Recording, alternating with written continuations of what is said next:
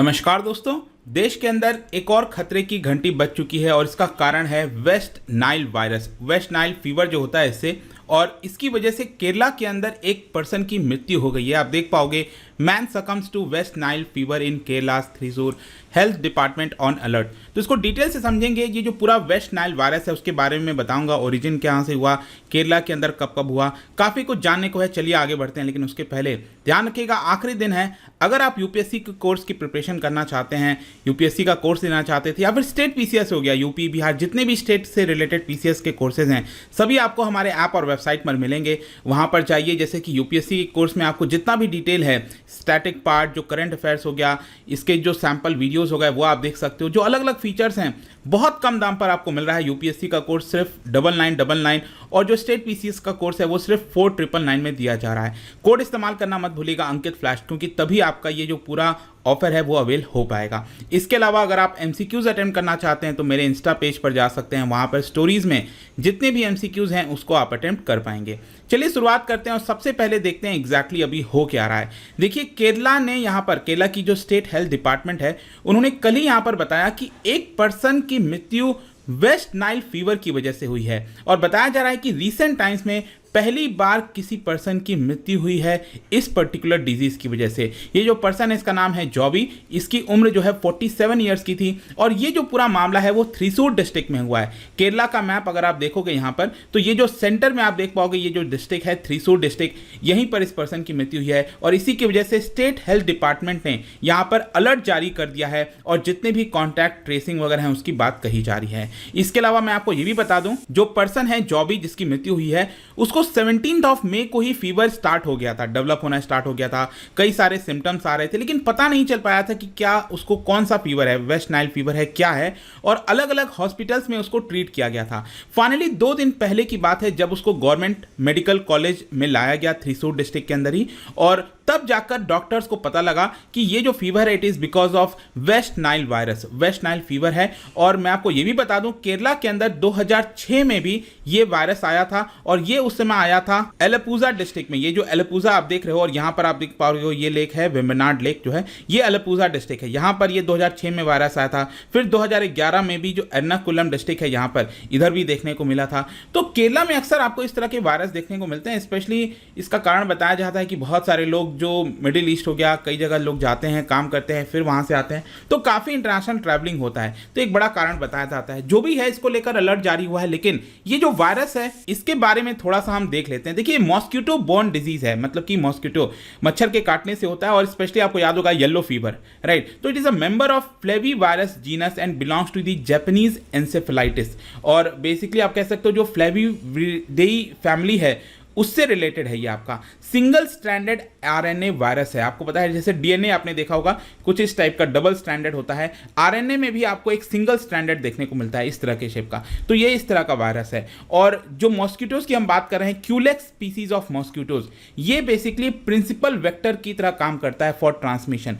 मतलब कि ये क्या करेगा कि जो बर्ड है, बर्ड क्या होते हैं, होस्ट माने जाते हैं इस पर्टिकुलर वायरस के। बर्ड में ये वायरस पाया जाता है उनके ब्लड में। तो ये मॉस्किटो क्या करते हैं, इस बर्ड के पास जाते हैं तो वहां पर से वायरस को कैरी करके ह्यूमंस में ट्रांसमिट कर सकते हैं। तो इस तरह का कुछ आपको ट्रांसमिशन देखने को मिलता है। लेकिन यहां पर आपके मन में कई सारे क्वेश्चन आ रहे होंगे, क्या ह्यूमन टू ह्यूमन ट्रांसमिशन होता है? क्योंकि जैसे अभी कोविड चल रहा है, कोविड भी एक प्रकार का वायरस है, कोरोना वायरस। तो ये तो आपने देखा होगा कि अगर आप किसी के पास संपर्क में आते हो, आपने टच भी नहीं किया है, लेकिन बातचीत करने से ही एयर टू एयर यहां पर जो है आपका ट्रांसमिशन हो जाता है। क्या वेस्ट नाइल वायरस के केस में भी ऐसा ही है? देखो, वैसा नहीं है। वेस्ट नाइल वायरस जो है वो कई तरीके से स्प्रेड हो सकता है। जैसे कि ब्लड ट्रांसफ्यूजन हो गया, आप किसी का ब्लड ले रहे हो, उस पर्सन वो अफेक्टेड होगा। अगर कोई मदर है जो कि इन्फेक्टेड है, वो अपने चाइल्ड को ट्रांसफर कर सकती है।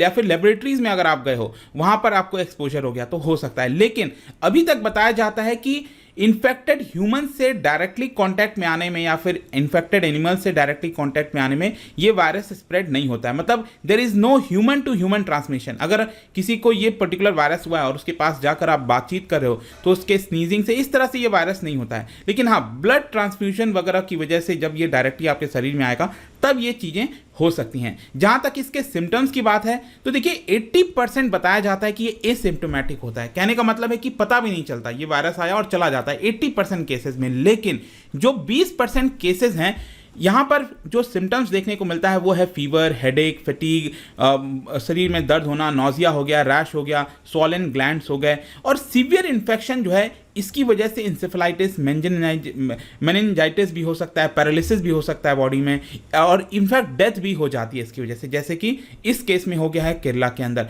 और साथ ही साथ इसमें एक और चीज़ बताई जाती है कि करीब हर 150 व्यक्ति को जो ये जो वायरस होता है उसमें से हर एक व्यक्ति को, 150 में से एक व्यक्ति को काफ़ी सीवियर फॉर्म ऑफ डिजीज़ हो जाता है वेस्ट नाइल वायरस की वजह से, और रिकवरी बहुत कई हफ्तों तक लग सकता है, महीने भी लग सकते हैं।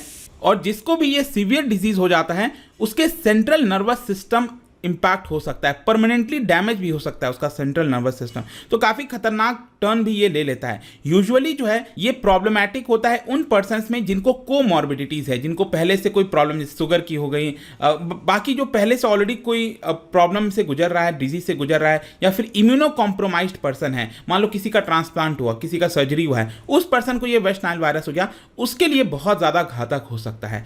लेकिन यहाँ पर अगर हम बात करें वेस्ट नाइल वायरस के थोड़े से इतिहास के बारे में, कब ये डिटेक्ट हुआ था, देखिए सबसे पहली बार 1937 में युगांडा में वेस्ट नाइल डिस्ट्रिक्ट है। ये अगर आप देखोगे अफ्रीका के ईस्टर्न वाले साइड में, यहाँ पर लेक विक्टोरिया के पास से सटा हुआ ये देश है छोटा सा युगांडा, यहाँ पर है आपका एक डिस्ट्रिक्ट जिसका नाम है वेस्ट नाइल डिस्ट्रिक्ट। वहां पर पहली बार एक वुमेन को आइसोलेट किया गया था इस पर्टिकुलर वायरस से। आगे चलकर 1953 में ये बर्ड्स में पाया गया। 1997 के पहले अगर आप देखोगे तो ये नहीं सोचा जाता था कि बर्ड्स के अंदर बर्ड एज अ पैथोजन काम करेगा, बर्ड्स के अंदर ये कैरी करता होगा। लेकिन आगे चलकर क्या होता है, इजराइल के अंदर कुछ डिफरेंट बर्ड स्पीसीज में ये स्ट्रेन पाया गया और वहाँ पर जो एंसेफेलाइटिस है, पैरालिसिस के साइन पाए गए, तब जाकर कहीं ना कहीं ये एहसास हुआ कि ये आपका बर्ड्स कैरी करती हैं इस तरह के वायरस। लेटर ऑन 1999 में ये जो वायरस इजराइल में आया था, इजराइल और ट्यूनीशिया से होते हुए ये न्यूयॉर्क पहुंच गया, यूएस पहुंच गया, फिर पूरा जो नॉर्दर्न अमेरिका है वो इसके चपेट में आ गया, आगे चलकर कनाडा से लेकर ये वेनेजुएला में भी चला गया।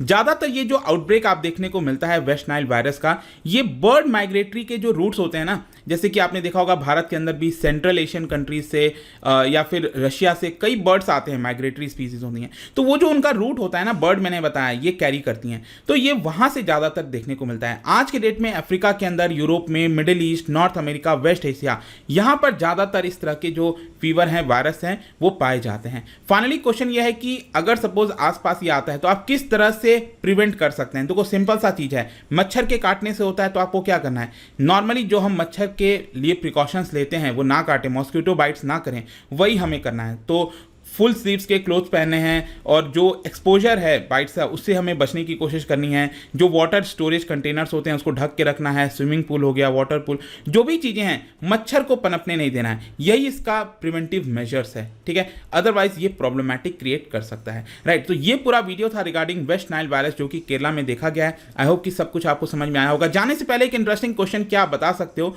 Toxicity of which among the following, इन चार में से जो टॉक्सिक एलिमेंट्स होते हैं उनमें से किसकी वजह से जो लिवर सिरोसिस है वो होता है, ये आपको बताना है। लिवर सिरोसिस इनमें से कौन से मेटल के टॉक्सिसिटी की वजह से होता है, ये आपको बताना होगा। इसका राइट आंसर आपको पता ही है, मेरे इंस्टाग्राम पर तो मिलेगा ही, वहां पर अगर आप नहीं हो कोई बात नहीं, आप टेलीग्राम से भी ले सकते हैं इसका सही उत्तर। मैं कई सारे जो MCQs हैं वो यहाँ पर स्टोरीज में डालता रहता हूँ। बाकी अगर आपको PDF चाहिए तो टेलीग्राम पर आइए, अलग अलग सोशल मीडिया पर भी आप जुड़ पाओगे। और जैसे मैंने बताया, अगर आप UPSC का कोर्स लेना चाह रहे हैं तो बहुत ही अच्छा मौका है, आखिरी टाइम है जब आप सिर्फ 9999 पर आप ये वीडियो ये जो कोर्स है वो ले सकते हो। Use the code Ankit flash. I hope कि वीडियो आपको पसंद आया होगा। मिलता हूं आपसे next time. Till then, thank you very much, see you soon.